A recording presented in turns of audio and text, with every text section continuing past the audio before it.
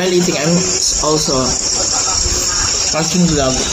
If you know Otakuya Kasaba, Mama Lulu, Oliver, and Apple.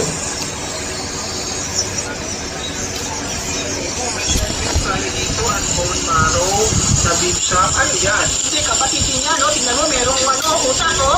Pinap lang yan ang Oo. 5 reasons why you should log into your old Clash account. Number 1, why you've been away, your base auto-upgraded itself for however long you rated.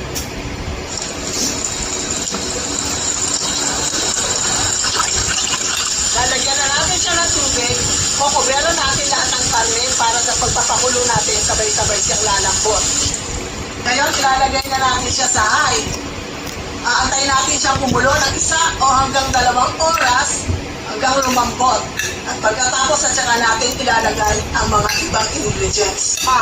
Nakikita ko na kung ngayon. Ba't di ka gumagamit ng pressure cooker? Madali naman yun, ma'am.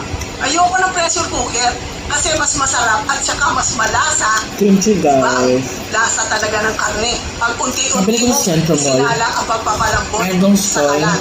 Pero Parang kung gusto Korean niyo naman stall. ng pressure cooker para madali, dagdagan niyo na lang ng mga Korean noodles. Tapos pwede ka rin magluto doon at the same time. Sabi ko nga, Tapos may mga sides na sila na pwede mo ilagay like sausage, eggs, papakita ko sa cheese. inyo ang mga ingredients natin.